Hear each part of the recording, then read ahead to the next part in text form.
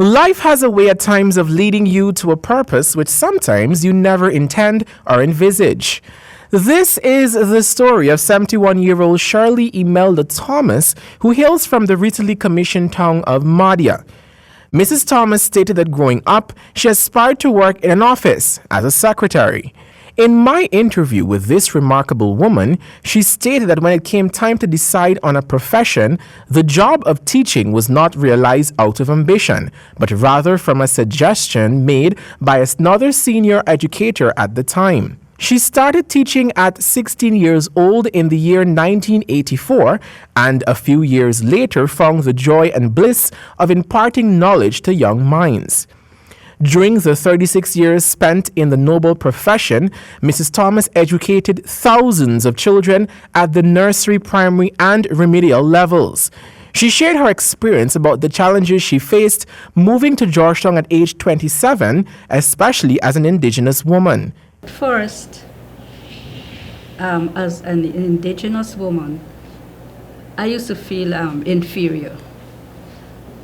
But as time went on, I taught children different races, I overcame that. What caused the inferiority? I was saying that, well, because I'm an Amerindian woman, and people would look down on you. That's my reason.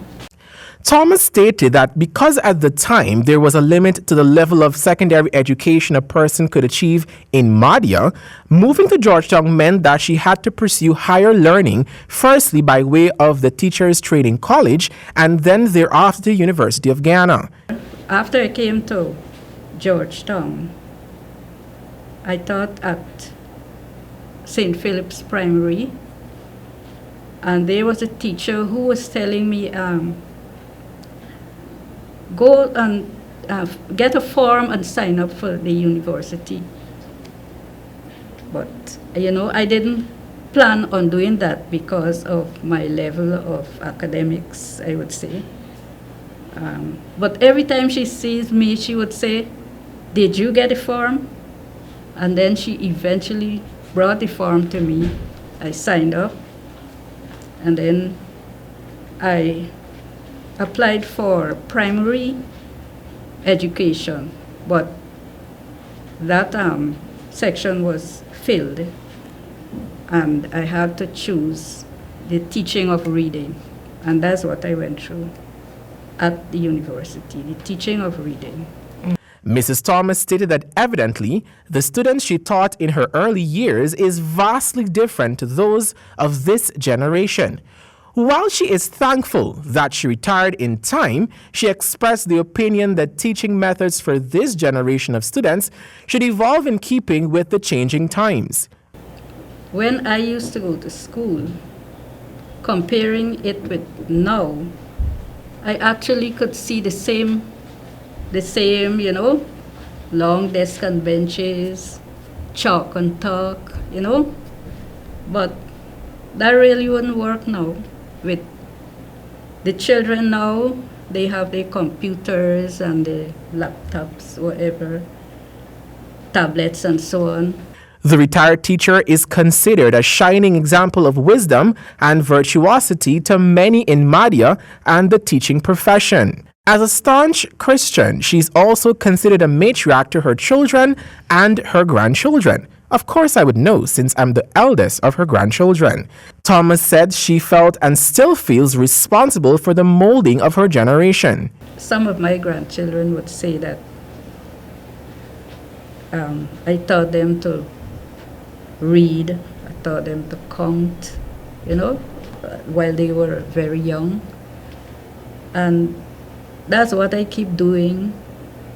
Right now I have a little great-grand who every time when I see her would count 1, 2, 3, 4, 5, and she's feeling happy with that. And if I see her often, she would learn to count early.